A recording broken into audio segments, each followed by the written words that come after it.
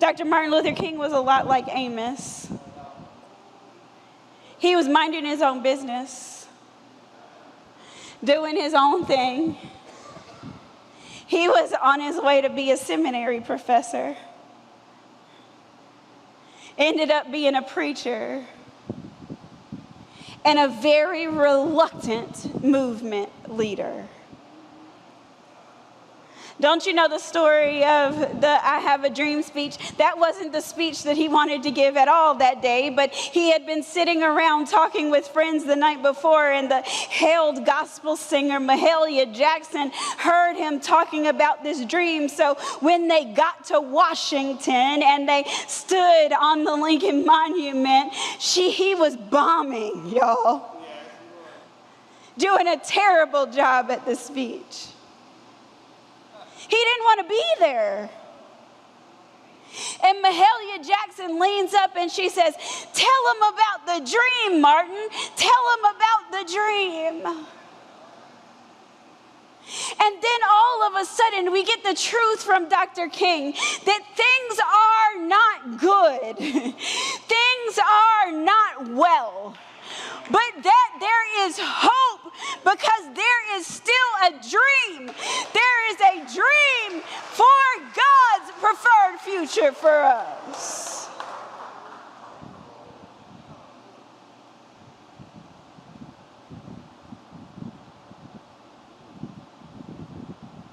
When we dare to follow the call of the prophets,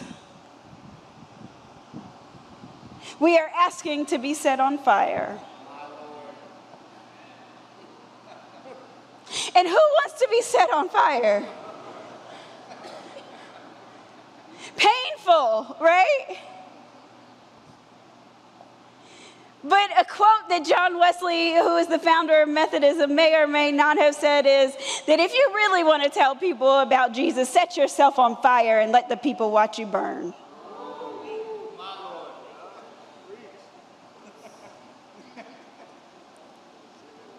Because the gospel of Jesus Christ is so laden with truth and so far from selfishness that we can't recognize it unless it's illuminated for us. Why in the world would anybody say, "Love your neighbor as yourself"? Why would anybody say, "But did you take care of those who were sick"?